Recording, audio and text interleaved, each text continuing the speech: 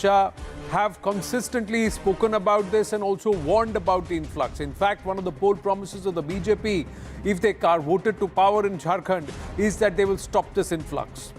They say that this unchecked, undocumented invasion will pose an existential threat to Bharat's national security and territorial integrity. The opposition, on the other hand, has accused the BJP and its allies of fear-mongering and have stated this as an attempt or an effort to try and consolidate the Hindu votes. But politics aside, a recent study by TISS, the Tata Institute of Social Sciences, highlights this influx. The report reveals that illegal immigration from Bangladesh and Myanmar is actually changing and reshaping Mumbai's political and socio-economic landscape. The influx is so much that there has been a decline in the Hindu population in Mumbai and an unnatural increase, far higher than the TFR, etc., or what should be the rational rate of growth, or in the Muslim population in the financial capital of Bharat. Let's try and break this down. The TISS report says the demographic shift in Mumbai over the recent decades has been dramatic. The Hindu population is decreasing from 88% in 1961 to 66% in 2011. So this 2011 data is almost nearly about, you understand, 13 to 14 years ago. Several projections for 2051 estimate that the Hindu population could fall to below 54% in the next 30 years. On the other hand, the Muslim population has risen from 8% to 21% in the same period between 1961 to 2011, and the projections for 2051 estimate that the Muslim population in Mumbai itself would rise to approximately 30%, if not more. The growing threat of illegals has not only fueled a massive Marathi identity crisis, but has also become a huge burden on resources. Also a threat to internal security. And here's why. This influx is a problem. And according to the 118-page TISS report, migrants fill up low-skilled jobs and subsequently drive down the wages.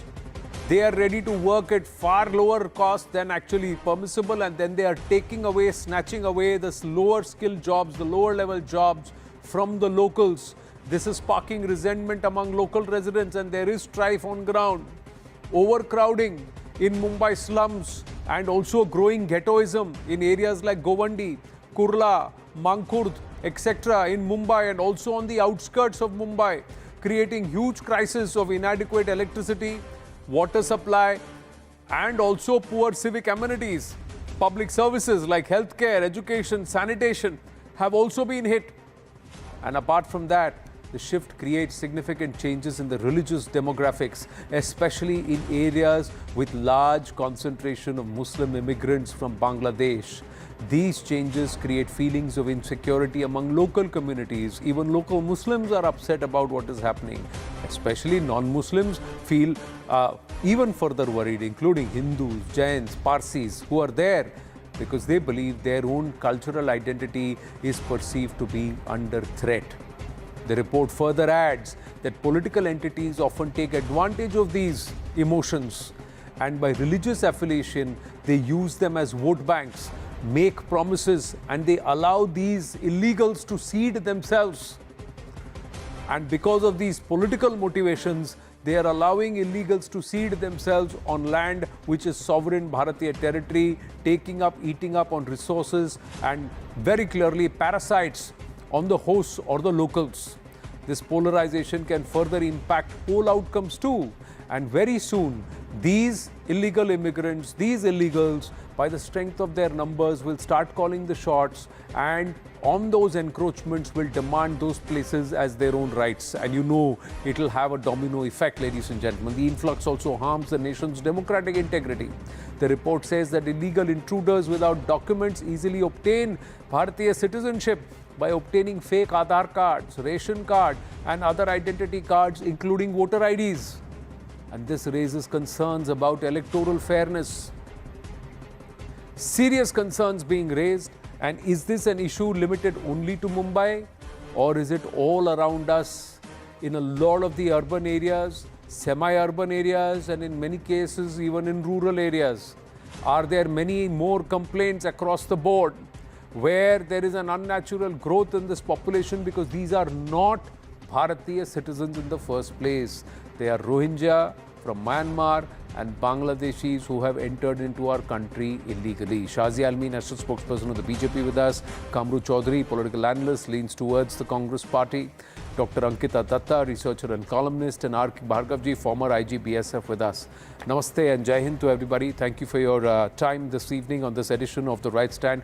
There are multiple issues. We are looking at the entire issue of India for legals, India not for illegals, the issue on stress on our resources, stress on our social fabric, stress on our demographics, and then we'll also get to the angle of an issue with national security.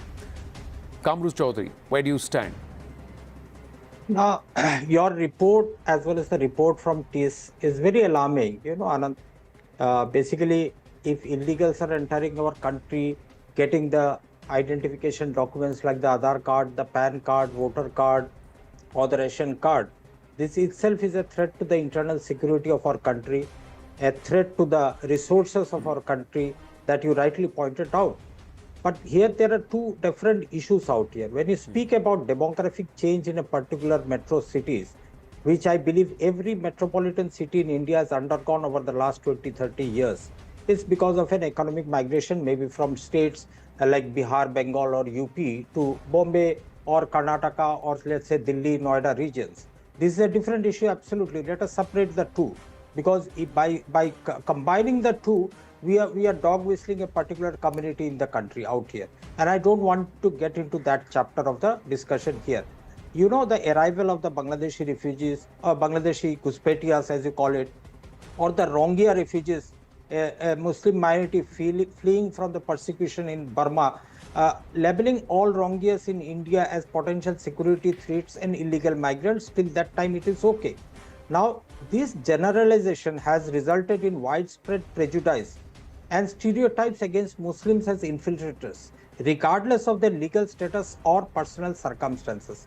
This distinction has to be made, Anand. Most importantly, if the people are getting their I cards, who issues the Aadhaar card, who issues the PAN card, who issues the voter card is the BJP government. The BJP government is ruling in Maharashtra. The BJP government is ruling in Delhi. The borders are manned by the BJP. I mean the Home Minister who is responsible for that. So if any illegal migrant is entering India, it's the responsibility of the BJP government at the center to identify, deport or to detain them. Why is it incompetent to do a simple task in this? Who is preventing them? As an Indian Muslim, I can say my resources are also being shared by these illegal migrants out here. My son may be denied a job because somebody, an illegal migrant, may get into a job. But I don't want that. Do you want the 2 crore Bangladeshi Hindus to come into India? And the same question I'm asking. You brought in the CEA to get in the safety of the Bangladeshi Hindus who are persecuted out there. The question, this also need to be addressed, Anand. The simple Kamruji, stereotyping. if you're willing to yield, let me just tell you first up, with respect to CAA, only 14 people have been given citizenship. So them being given citizenship is not a reality.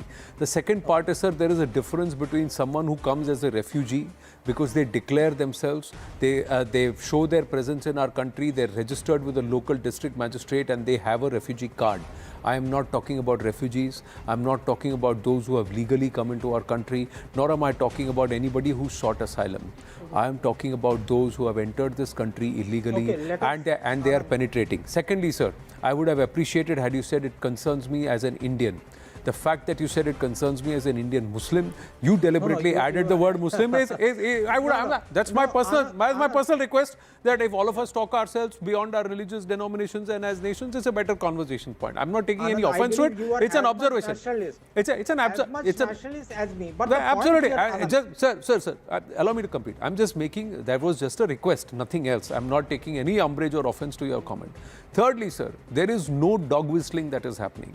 The issue is, sir, that these illegals are not being called out even by the locals. They are not being called out by the locals and no alarm is being raised anywhere because a certain level of political patronage is being accorded purely from vote bank considerations, and that's a concern that every political party must show. I'm not singling out any political party. I'm saying everyone should look at it. 1 minute. Sir, let me just bring in everybody's comments and then I'll come back to you, sir. Otherwise, it'll end up becoming a monologue between you and me. Yes, Shazia Almi. Yeah, so Anand, I would totally agree with you. It is not about Indian Muslims alone. It's India for Indians. And yes, India for legals, but I would say India for Indians. And there is a huge resource crunch that Indians have to go through on account of a population density and what have you, which is exactly why this should have raised an alarm years back. And I would tend to agree with this study, which has had a qualitative methodology of having interviewed more than and done in-depth study of 3,000 cases. So it's pretty well represented in that sense. But to make it all about the BJP government, you know, Aadhaar cards and all that is done, the registration, there's a huge leviathan of bureaucracy that does the work, you know. So yeah, the buck does stop at the executive, top executive. But the fact of the matter is that for years and years, we have allowed this to happen. And and we know who does it, we know what kind of politics rides on it. And there is a lot riding on it, Anand, and you know that. Yeah. And in fact, if you see even in Jharkhand what has happened in Santal Pargana, you will realize that most of the immigrants have actually declared that they have come through Murshidabad. Yeah. And Assam was with BJP only in the last 10 years. So let's just not make it about that we have to do something now. It has been happening systematically. When you look at these percentages, you know, from 88 to 66 and for Muslims 8 to 21, obviously we're not talking about the Muslim fertility rate going up. We're talking about the ghost population that has come in. And now that is something that is a serious issue. But because there are states that abet it, because politics rides on it, because it is ghoom phirkar, the cliched vote bank politics, you are just doing away with all that can be done for India. But you would also admit it doesn't help anybody. It doesn't help anybody's When cause. you said India for Indians, Shazia Almi, you would also admit that when CAA and NRC was brought about, this whole narrative that this is against Muslims, agenda against Muslims, there was an inability to separate Indians from non-Indians. It was not an agenda against Muslims at all. It was an agenda against those who are not Indians. But to determine how many Indians genuinely are Indian citizens and how many are not. Yeah, I want to answer. But you failed in that narrative. You failed. You succumbed to this entire Shaheen Bagh gang. But look at this. Even now, our friend Kamruzzaman Chaudhary, what does he say? That, if you want to bring Bangladeshi Hindus, little realizing that it was just to fast track citizenship of those who were being exploited, victimized and persecuted. They still don't get it, and it's an old promise of every leader of this country, even by the Constituent Assembly members. So that's one thing. But you see what tamasha happened in India. You see how everybody went around to talk about what will happen to Indian Muslims. So this is the same lobby. It is these people who propped up, who've used poor Muslim women, older women, dragged them out, scaring them, fear-mongering, rabble-rousing, telling lies, scaring them, doing a disservice to them by saying that, you know, you'll be rendered stateless, knowing very well that it had nothing to do with Indian Muslims. It's the same lobby that is promoting this. Do you realize that? No. It is the same lobby, it is the same, my point is, if you want to call it may be the same. secular It may parties be the same, but that you they want more and more votes, but because you don't have to work very admit, hard, you know. You don't have to also build admit, roads, you don't have to build highways. All you have to do is get some people from infiltrators and give them Aadhaar cards. No, but you have to also admit that they had to just block a 100-meter road in the national capital for a nationalist agenda, Yes, and an Anand, agenda for it to succeed. BJP government doesn't allow. No, and the government But of the BJP government is very intolerant towards protesters. You cannot shrug. You That cannot shrug would have been responsibility of the inability to control this narrative, stem it and put out the truth there that in the interest of every Indian, we need to have illegals out. The numbers are swelling by the day, 4.5 crores to 6 crores. That's the latest estimate of illegals in our country. Imagine the stress on our resources, especially in our major metros, and what's happening. Yes, quickly before I go to our other two guests, Bhargavji is also waiting, so is Dr. Datta. Yeah, yes, Kamruzaman. Anybody in this panel will agree that there might be some illegals enter the country. As an exercise, what we did in Assam, we counted the number of illegals. Some 20 lakh got caught in the trap. In the trap, I will say, because a fifth child or the fourth child was found to be Bangladeshi. That was the basics of the NRC exercise that was carried in Assam, because she got married to some other place where they could not produce the documents in the NRC. It was a farce. Anyhow, what did we do with the 20 lakh people out here? They are enjoying the ration cards, they are enjoying the Aadhaar card as of now, they are enjoying the full citizenship that you and me are enjoying as an Indian. So No, the correct. talk that the government needs to do should start from Assam. May I suggest? But Kamru why Chaudhary, after the CA, no, 1 minute, Kamru Chaudhary. One thing is, sir, sit here on national television and allow and assure that not a single political party will rabble-rouse and create misinformation campaign on ground, and everybody collectively will do it in the interest of what's happening on ground right now, sir. On ground right now, the Mahavikas Aghadi and Ulema councils using the Mahavikas Aghadi plank are pushing out saying that those who brought it to bring in NRC, are you going to vote for them? This is the misinformation that's being spread in Maharashtra. Ulema councils using Mahavikas Aghadi are telling Muslims those who brought in NRC, are you going to vote for them? So there is an openly driven misinformation agenda that's being pushed by the opposition, and purely to try and fearmonger among Muslims in India. Indian Muslims, let me use that term since you use that term. I do not like to use that term. It is fear-mongering Indians. I do not want to say between Hindus and Muslims. But the problem is, sir, we are not willing to say those who are illegally entering and deliberately changing demographics, they are going to ruin even the social structure and the social fabric of our country, sir. And they are doing it. And we are seeing it happen around it, but we are keeping quiet. That's a problem. Just shifting focus to yet another angle of security as I bring in Mr. Bhargav and also Dr. Datta. The second angle of this entire illegal immigrants aspect. In September this year, the Enforcement Directorate filed a case under PMLA to probe an instance of alleged infiltration and trafficking of Bangladeshi women into Jharkhand, leading the generation of alleged slush funds. ED conducted raids at multiple locations in pole-bound Jharkhand and in some locations in West Bengal, incriminating items including fake Aadhaar cards, forged passports, illegal arms, immovable property documents, and blank proformas used for forging Aadhaar were recovered following this raid. And that's not all. The NIA also conducted extensive raids across multiple states in connection with alleged terror activities linked to Bangladeshi nationals associated with Al-Qaeda. And they are working to destabilize our country. In 2023, a case against Bangladesh-based Al-Qaeda operatives conspired with detained individuals to spread Al-Qaeda and spread its violent ideology in our country. The suspects were radicalized, motivated vulnerable youth, and also supported activities of the Al-Qaeda. The charge sheet is filed against 5 suspects, including 4 Bangladeshi nationals and 1 Indian citizen. The NIA conducted raids in 9 places in J&K, Karnataka, West Bengal, Bihar, Tripura and Assam. The NIA during its probe also found that the accused had forged documents to carry out activities, and during the operation, the NIA seized several pieces of evidence including banking transaction records, digital devices like mobile phones, documents linked to terror funding. And amid the NIA crackdown, intel sources via our Security Affairs editor Manoj Kumar Gupta revealed growing radical threat also.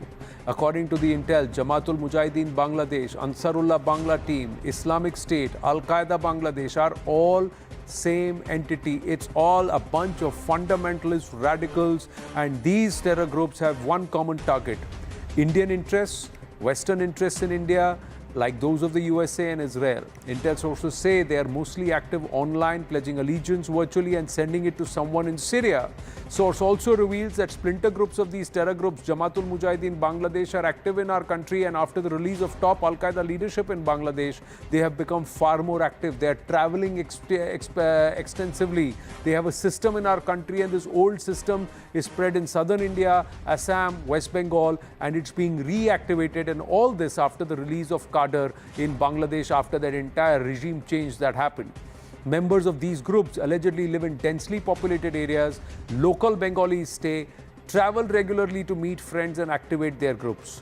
So far, funding from Al-Qaeda core like Afghanistan, Syria has not yet been found, but they are getting money. They are getting money locally and also some of these madrasas who have mushroomed everywhere are also hotbeds and centers for their activity. Increased activities by these outfits directed towards India have been intercepted by Indian agencies too. So these are further data. Now, Bhargavji, but when the question is asked, they're all entering from West Bengal, they're all entering from Assam area, and they say borders are supposed to be protected by BSF. What is the BSF doing? BSF has allowed all of these people in. It's all the, shifting of the blame or passing the buck happens. How would you respond to all this, sir? Listen, the BSF has always been the dustbin for all these muck. And the reason is very simple, that Bengal and Assam, they have got the ethnicity and the religious ease as well as the ease to move from those places to other part of the country. They don't infiltrate into Bangladesh, they don't go to Mizoram, they don't go to Tripura, because they are not getting sufficient opportunity to go and intermingle with the people, number one. Number two, I say as a BSF officer, I don't say that all the other BSF personnel who are on the ground, they are all honest, they are not involved, they are involved. But the main reason is the apathy of the state government. Now, it is the responsibility of the state governments, once we apprehend some Bangladeshis and hand them over to state government, it is they should prosecute them, they should carry out the further instructions, they should take them to the task. But what happens is, once we hand them over to police, they just release them just to save them the trouble of proceeding further with the prosecution. As a result, what happens? I have seen myself, I was on the Bangladesh border in Bengal. My troops, they caught some 10, 20, 50 Bangladeshis, and at some time just 2 or 3. We handed them over to the police station, nearest police station. But what happened? Next day we found the same Bangladeshis moving around in the area. We again captured them. Okay, how are you moving around this area? So, police wala humko chhod diya hai, and now we can move anywhere. Now, this thing happens in Bengal particularly. That's why you see, and the political situation in those in Assam and Bengal. Assam, of course, is not that important, but Bengal, the political situation is such that I can tell you. Now, the Abdul Ghani Khan Chaudhary, as long as he was MLA and minister, he brought in Bangladeshis purposely. He motivated them to come to India, and that's why the Murshidabad and Malda areas, they changed their demography. Even in the Nadia district where I was, first I served there in 1983. The ratio of Hindu and Muslim population was 80-20, 80% Hindu, 20% Muslim. Then after about 15 years, when I went there, the demographic ratio had just reversed. It was 80% Muslim and 20% Hindus. How come? Just because the people, the government rather, I don't say other people, they allowed them to come in and settle down.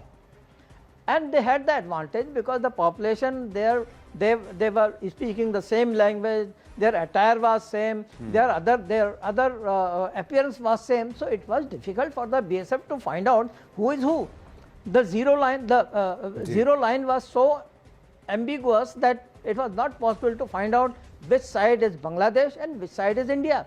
There were certain houses, they were bang on zero line. Some of the houses, they had an opening in India as well as in the Bangladesh.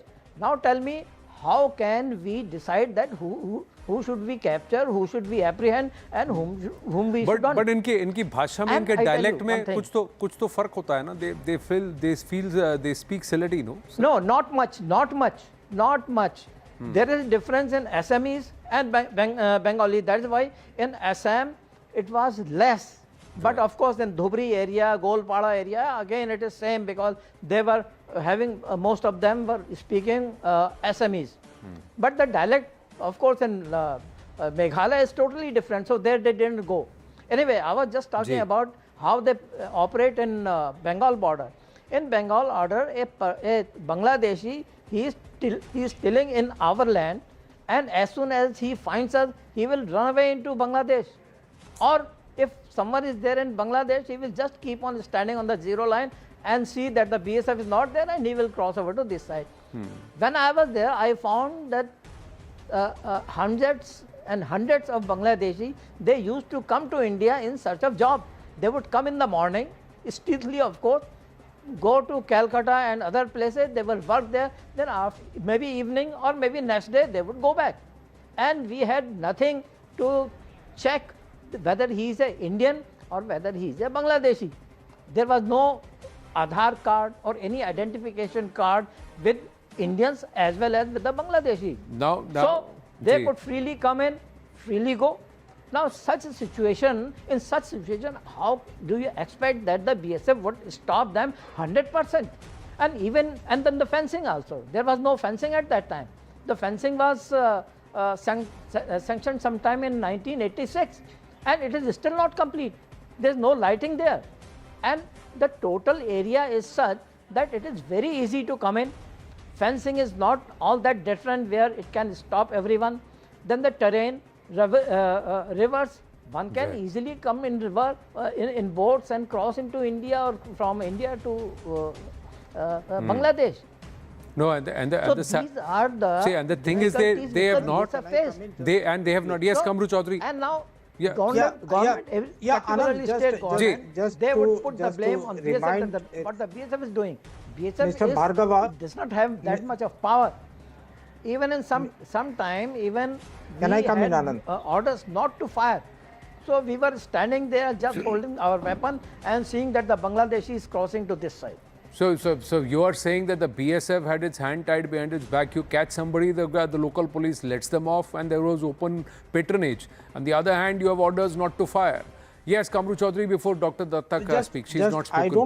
I don't want to counter a decorated officer like Mr. Bhargava here in your panel, but just to correct him, I believe there is some mistake, because since he has taken the name of our Congress MP A.B. Ghani Khan Chaudhary in Malda, that the demographics of Malda and Murshidabad has changed very recently. But to remind him that prior to 1947, when Lord Radcliffe had drawn the line, the border between India and Pakistan, the following districts were Muslim majority in Bengal, undivided Bengal, like the Dinajpur, Rangpur, Malda, Murshidabad, Rajshahi, Bogra, Pabna, Maimanching, Jessore, Nadia, Faridpur, Dhaka, Tipperi, Bakkarganj, Noakhali and Chittagong. Out of which Dinajpur, Malda, Murshidabad happen to be still Muslim majority districts. I am not denying anything that he said, how the infiltration is happening into Bengal. Further, the Congress party in 1993 had lost 21 soldiers of your party workers to get in the voter I-card started in 1993, if you remember, that Shahid Divas, 21st of July, that we still celebrate. And Congress is committed to stop the illegal immigration, whether it be Hindus. The Congress party today respectfully is in power, co-sharing with the Jharkhand Mukti Morcha in Jharkhand. Is infiltration and influx not a huge issue there, and is there not a standard denial that is being shown? My question. Everybody is looking the other way, sir. That's not my question. My point is, sir, What have you done to the 20 lakh illegal migrants in Assam? Let's not ask about what have you done in another state. You first say what have you done in the states that you are governing. Please tell me what any state, sir. Are you trying to say? My point is, before you ask, nobody is stereotyping, sir. Nobody is stereotyping. But no, sir. Again, please, let's not try and unnecessarily cannibalize the debate and try to. Don't try and co-opt the debate. Himanta Biswa Sharma, 5 indigenous Muslim groups are named as they are part of the indigenous Ahom population, and there are 5 sects very clearly named in the Assam doctrine. They are indigenous, sir. They are indigenous. Bengali Muslims is a different point. For the Ahomiyas, for the Assamese, Bengali Muslims have come there from another state and they have moved in there. They have moved. Don't get into a deliberate demographic issue and which is a different issue based on the Bengal. No, No, sir. The actual issue is nobody is stereotyping. Let Indian Muslims. Let me tell. Since you coined the term, sir. Let Indian Muslims complain in US. Sir, in Uttar Pradesh.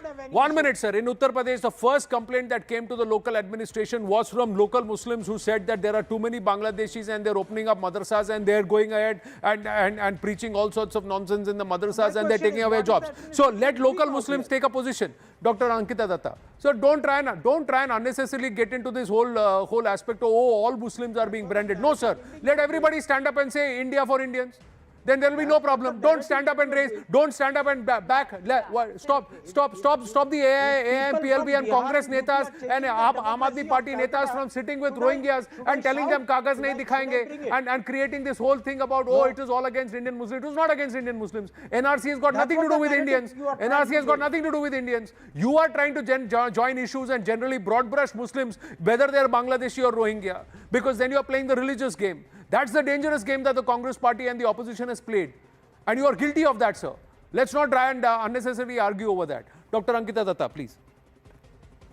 Yes, so firstly, there is no point in disagreeing with the findings of the study conducted by TISS, and as you rightly mentioned about what Dr. Himanta Biswa Sharma had mentioned sometimes back, and these immigrant Muslims, mostly illegal Bangladeshis and Rohingyas from Myanmar, they fraternize in vast numbers with the Muslims who have already settled in these places. And the most problematic aspect is that these Muslims have even married, they have bought lands and settled in the state. There are many places in these, especially Assam and West Bengal today, where the Muslims are a majority. Now let her speak. She didn't speak for 29 minutes, sir. Stop heckling her, please.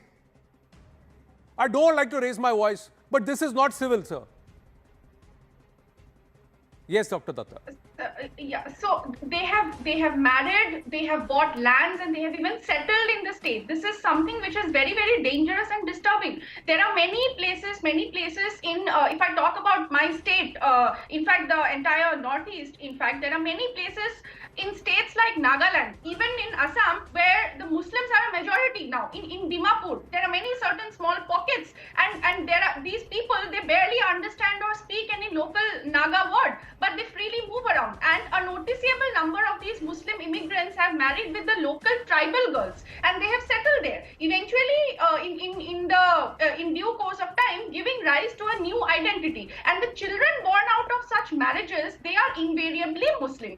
And as my fellow co-panelists have rightly pointed out, this unregulated flow of migrants into Bharat has been going on primarily due to faulty governmental policies and continuous neglect by the successive governments at the center, politically powerful vested interests, and also ignorance and lack of unity among the native inhabitants to a certain extent.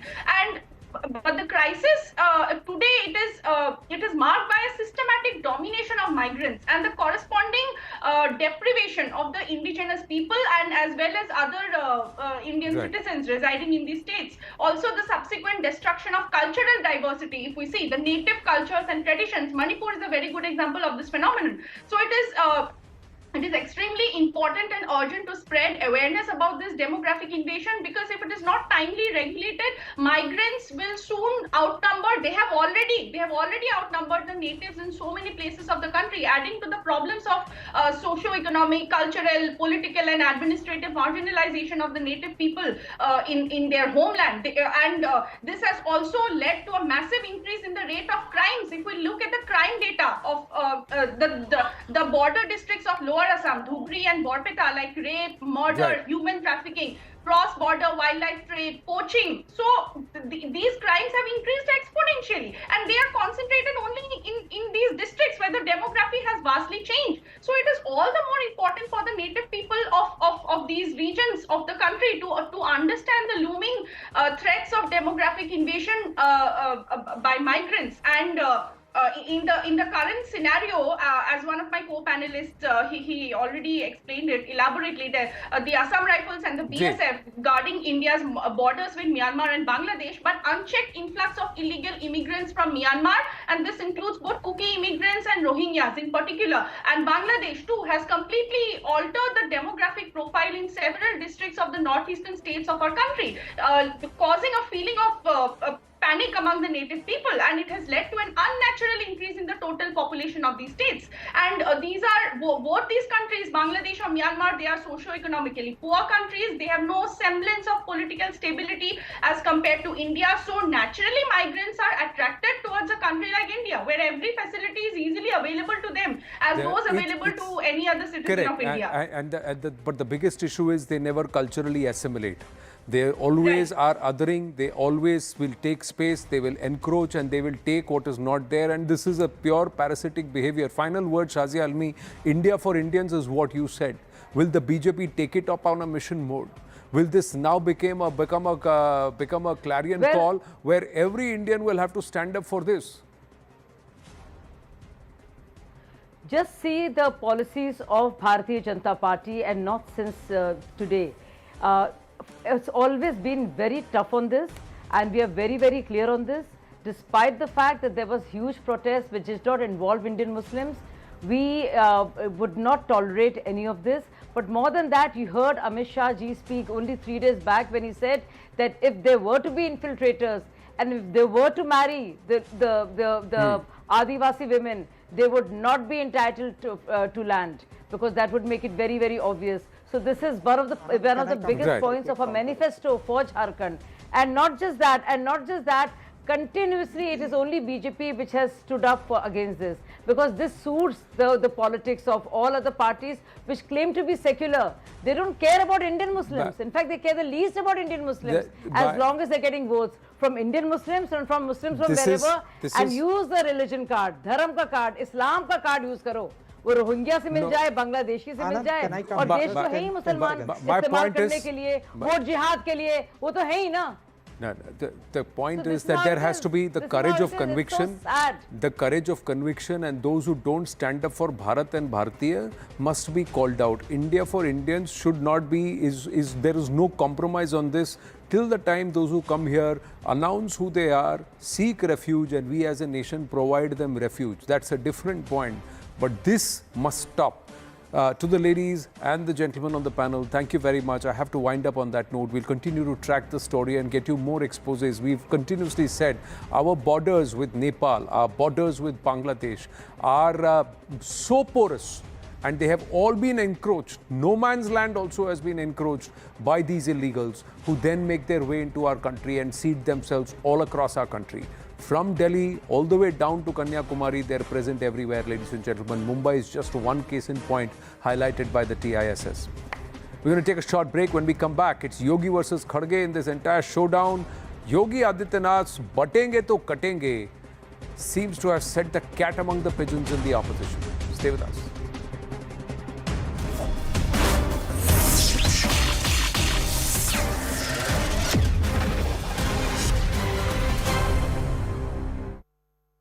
जब हिंदुस्तान मिले हिंदुस्तान से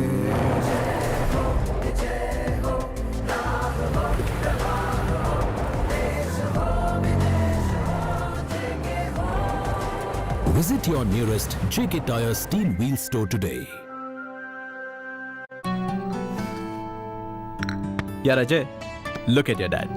Will we be the same at his age? Absolutely yes, if we plan our future like him. How? My father had invested in LIC's Jeevan Akshay, which gives immediate and guaranteed annuity at regular intervals, that too for life. Wow. But do we have to wait until his age? Absolutely not. We recently invested in LIC's new Jeevan Shanti, which gives deferred annuity, which means regular income after some years. I see. LIC. LIC's annuity plans give 10 annuity options and flexibility in receiving regular income. LIC, हर पल आपके साथ. Deal is locked, babe. I'll see you at the fest.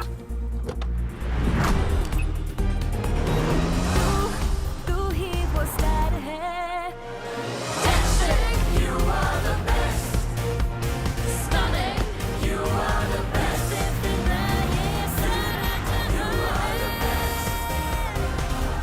When you arrive in life, you deserve the best of a drive. Presenting the dazzling new Desire, the best and beyond. Wow, exterior painting हाँ? कौन सा paint? नया Birla opus. अरे वो हर बार वाला लगाना था ना यार। नया बिरला ओपस पेंट तो दीवारों को कड़ी धूप और धूल से सालों साल बचाता है। डार्लिंग, हर बार वाला लगाना था, हर बार वाला। नया बिरला ओपस पेंट देता है 16 साल तक की वारंटी। इनको जमाने से पीछे चलने दो। आप चुनो नया बिरला ओपस पेंट्स। अच्छा बच्चों, बड़े होके क्या बनोगे? I wanna be a footballer, फिर coach, me a car designer, then an artist. Uncle और आप? मैं तो बिजनेसमैन हूँ। पर उसके बाद? मतलब आप बूढ़े होके क्या बनोगे? अपनी खुशियों वाली रिटायर्ड लाइफ की प्लानिंग करो आज से with Aditya Birla Sun Life Insurance. DJ, आप बूढ़े होके क्या बनोगे? हम रातों में सूरज। अप्पा, नया घर कैसा लगा? हर दिल को छू जाए ऐसी रोशनी लाते हैं फिलिप्स से। हम जिंदगी की रौनक बढ़ाते हैं। Philips.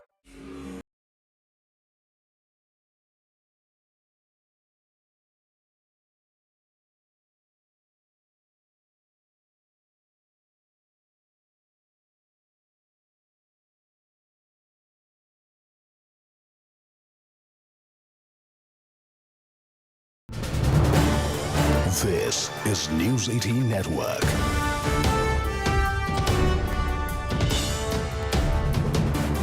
India's largest news network.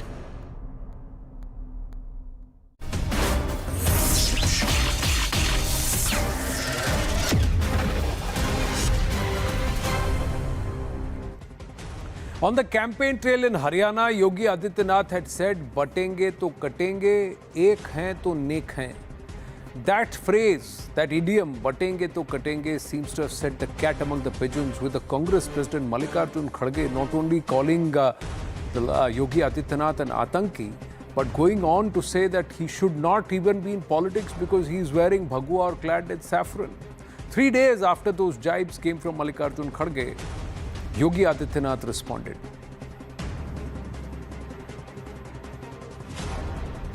बटेंगे तो कटेंगे, ये साधु का काम है, नाथपंथ का काम है। अगर ये काम कोई टेररिस्ट बोल सकता है, आप नहीं बोल सकते। इनकी चाची और इनकी बहन भी उस निजाम के रजाकारों के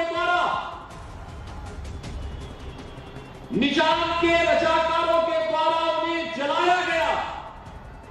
खड़गे जी सच्चाई को नहीं बोलना चाहते, क्योंकि उन्हें लगता है कि निजाम पे आरोप लगाऊंगा तो मुस्लिम वोट खिसक जाएगा। Well, so plenty of give and goes, but the verbal volleys, the political discourse sinking to perhaps new lows ahead of the Maharashtra elections. We're going to take a very short break, but when we come back, is there an ulterior motive behind the attacks in Manipur? Stay with us.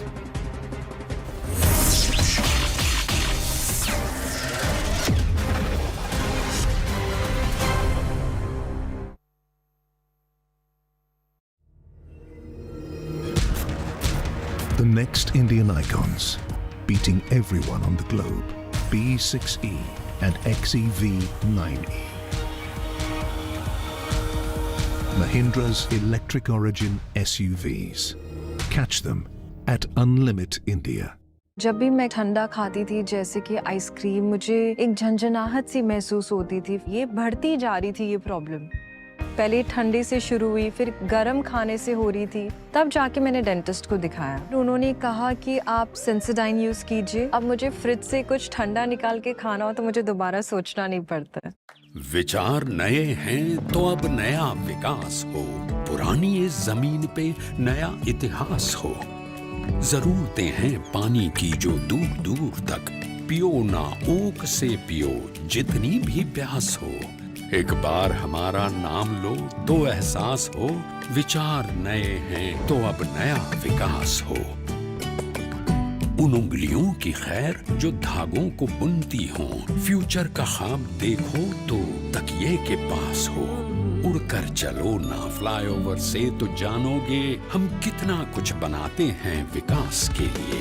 उम्मीदें भर के देते हैं हर एक चीज में हम हैं ना, अगर आपकी उम्मीद खास हो। जुड़े हैं हम 140 करोड़ लोगों से, चारों ओर देखो तो एहसास हो। विचार नए हैं तो अब नया विकास हो। वेलस्पन वर्ल्ड। कल तक अंग्रेज लाठियां चला रहे थे, आज हम चला रहे हैं। आप मुझे बताइए कि ऐसा क्या करे कि बंटवारा रुक जाए? कुर्सी ज्यादा प्यारी है या देश? इस सवाल का भी जवाब देना पड़ेगा बाबू। तो देश रखो और कुर्सी झिना को दे दो। फ्रीडम एट मिडनाइट 15 नवंबर से सोनी लिव पर।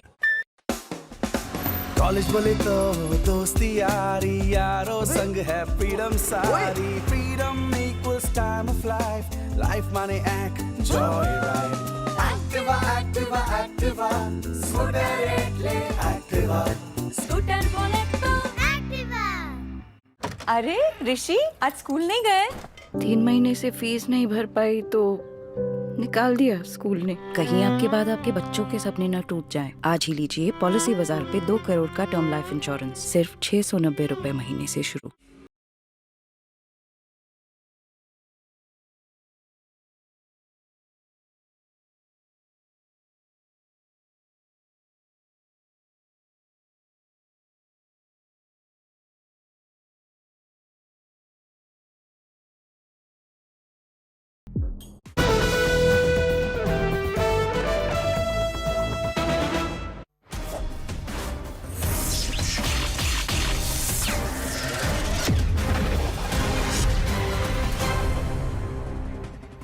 Jiribam, a district situated at the western corner of Manipur, roughly 220 kilometers away from Imphal, the capital of Manipur.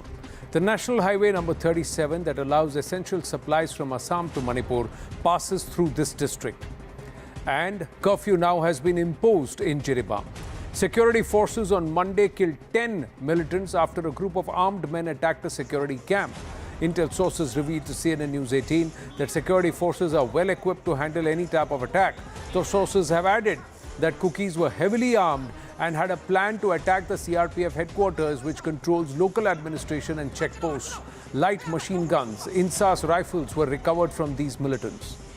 Intel sources also reveal that a new strategy against Meiteis has now been devised. Militants are attacking Meiteis to disturb their farmlands. 3 attacks have taken place in the agricultural fields. Thamnapokpi and Sangbunghok and also Mungbong. These 3 areas have been targeted. The aim was to attack the means of livelihood of the farmers. Farmers, villagers were forced to leave their homes. The militants are using sophisticated weapons in these attacks. What is triggering this is a big question that remains, ladies and gentlemen. There is an attempt to tear the social fabric. There are ulterior motives also. Jiribam is a critical area that connects, and if this place is left in strife, how will the connectivity happen not just to rest of Manipur but Manipur and beyond? Colonel Shantikumar Sapam, spokesperson on the Meitei Heritage Society, is with us. We'll try and go across to Dr. Ankita Datta, researcher and columnist also. But we also have Dr. Haukip joining us, Assistant Professor, Center for the Study of Law and Governance, JNU. My namaste and Jai Hind to everybody. Thank you very much. Now, this remains concerning. There was a period of calm, quiet and development. Now there seems to be again distrust and mistrust, and there are attacks and counter-attacks. It's people who are dying. Alleged, on whether on ethnic lines, tribal lines, religious lines, however you would see it. But Colonel Sapam, what is happening here? The Kukis blame the CRPF. The CRPF says that there was a deliberate attack at them and they have taken counteraction. They are not taking sides. Anybody with weapons taking law in their own hands is an enemy of the state and they will deal with them likely. Likewise, what's happening? Good evening, Anand. Thank you for having me in your show, and good evening to all the panelists. Firstly, what happened, we discussed last time various things, and now today, on 3rd or 4th, there was a bomb dropped by a drone at the same place called Koktruk, which is in the west of Imphal, which is around 15 kilometers, 20 kilometers from main Imphal. So that was on 2nd or 3rd, I don't remember, but it was maybe on 3rd or so. So thereafter nothing happened, and then things escalated. And as far as this incident is concerned, yesterday there were many attacks by the Kuki militants. There were many attacks yesterday during the daytime. The attack was at Jiribam, and in which they tried to attack the CRPF post, and there was a tea stall in which there was these children and the 3 ladies who were working in the tea stall next to the post of the CRPF and next to the police station also. And the name of the police station, it is next to Borabekra. It was just next to Borabekra, and the name of the place is called Jogadhor. Name of the place is called Jogadhor. And they came to snatch the weapon and all. They rolled down from there, and some nearby village was burned. And the CRPF, they retaliated. That is what we have got that information. And the gunfight took place for around 45 minutes. After 45 minutes, there was a lull time. Then after that, they went for a search operation. And over there, they found 11 militants, all with sophisticated weapons lying down. So they were all dead. And in the gunfight, one CRPF Jawan, he also expired, and another one injured. Now, on further search, two bodies or multi bodies, they were found burned inside a house, and another one half burned. He was also killed. He was also He was found outside the house, and one gentleman was rescued, some burned, and the fourth one, he came running to the police station. So 4 gentlemen was neutralized like that. You can count it like that. And 3 ladies, 160 years old, 136, and 125 years old ladies, and one 8 months child, one 2 years old child, boy, and one girl of around 10 years. They have been taken away by the Kuki militants. And so far, the whereabouts of these 6 is still not yet known. So as of now, the fighting continued the whole night, and today again at around 2:15 or so, the fighting started and is still going on as far as Jiribam is concerned. Now in Imphal East, that is in the Jiribam side near Silchar. Now let's talk about the fighting which is taking place at other places. Yesterday there was a heavy burning down of the village. We have positive time. I know that there are multiple instances of violence that is going on. We are also putting it out here. But my larger question is, Dr. Tangkulal Haukip, why is this happening? Is there an ulterior motive? Are there forces who are at work, who are using this ethnic strife for different groups to try and carve out something else? Going directly into your question, who is attacking whom? Like what you have put up, in the screen and you have discussed. It looks like, the victim has been blamed for attacking. If somebody wants to attack, security forces or anyone, the attackers will not have a casualty that is larger than the other group. So that kind of, armed conflict, has to be understood. Let me go to the larger question about the timing, pattern, and ferocity of the violence. If you look into the timing of the violence, in the last 5 months, there is a clear pattern that has emerged. For instance, in the month of August, there was a tape, an audio tape which alleges Biren Singh to be the perpetrator of Manipur violence. Then there were huge protests by the Kuki-Zo groups in the month of August, on 31st August. And the next day, the violence starts. It's like a diversionary tactics by the chief minister. And if you look into 8th of November this year, then there was another incident, which is the last day of CJI Chandrachud, where the audio tape hearing took place. The day before, on 7th of November, there is fresh violence. The attack of Amar village in Jiribam took place. So if you look into the pattern, it's like, there is a kind of diversionary tactics so that the audio tape of Anbiren Singh will be diverted. And look into the pattern, it's clear, right? This fresh violence also shows that there is a timing. And lastly, if you look into the ferocity of the violence, there is a saying that devil lies in the details. Look into the ferocity of the attack of Amar village in Jiribam. A woman was not only killed, but her brain was taken out from her head. Then her body was charred to death. There is an allegation by the husband of the deceased or the victim that she was raped by miscreants of the Arambai Kengol and other insurgent groups from valley-based groups. So these are the allegations, and the attack and counter-attack happens in the last 48 hours. You may see in fringes in Imphal Valley and also in Jiribam. You have a lot of attacks and counter-attacks. But how does this fresh violence started? Who are those people who started this violence? My point is, who started is the point. How are they so laced with such sophisticated weapons? Then why is it that they are in an area or a territory which they are not supposed to be?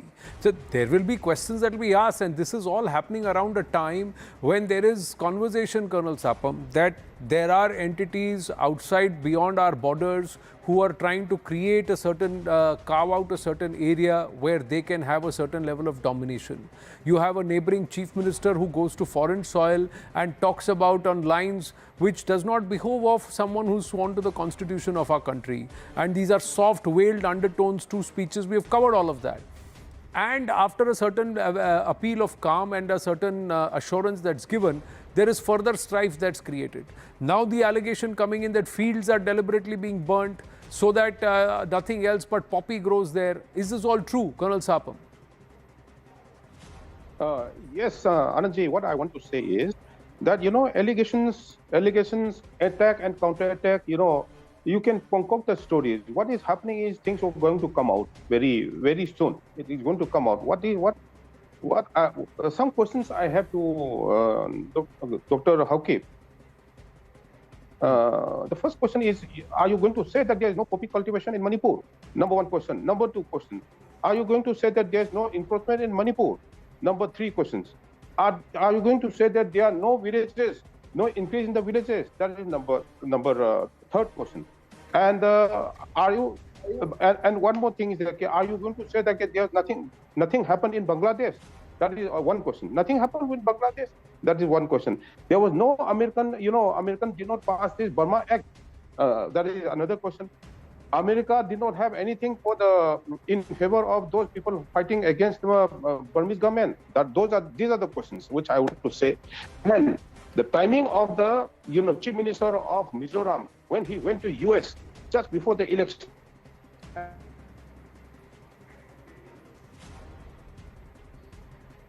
Yeah, can I?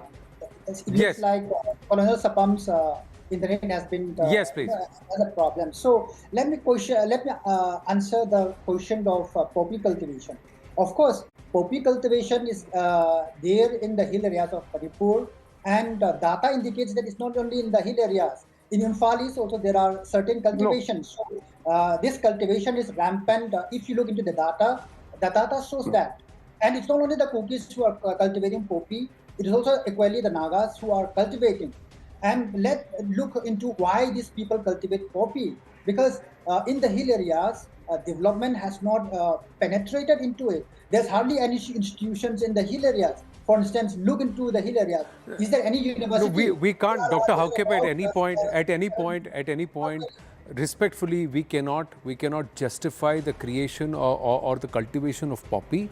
And sir. Secondly, sir, since you're allow me to just complete. Secondly, you would also You'd also agree that in the last 3 or 4 years, there has been a significant increase in the number of acres of land on which poppy is being cultivated.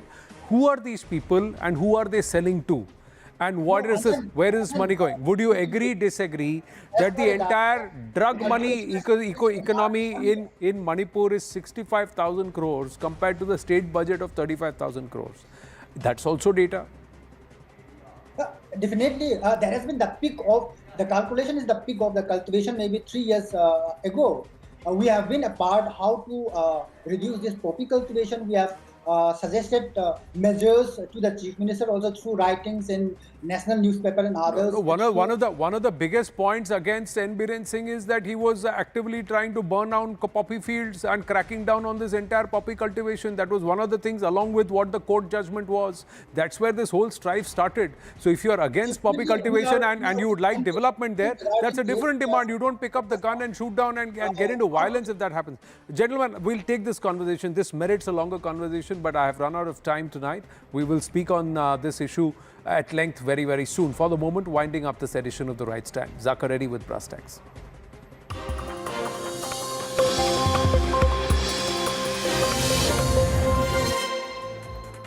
Good evening, this is Brass Tacks. I'm Zakir Jacob. There is a proposal before the Karnataka government to introduce 4% quota for Muslims in government contracts, public work contracts. Now, these normally involve building roads, drains, parks, other public infrastructure which is used by the public. Now, to be sure, there is such a quota for SC/STs as well as for OBCs in the award of public work contracts.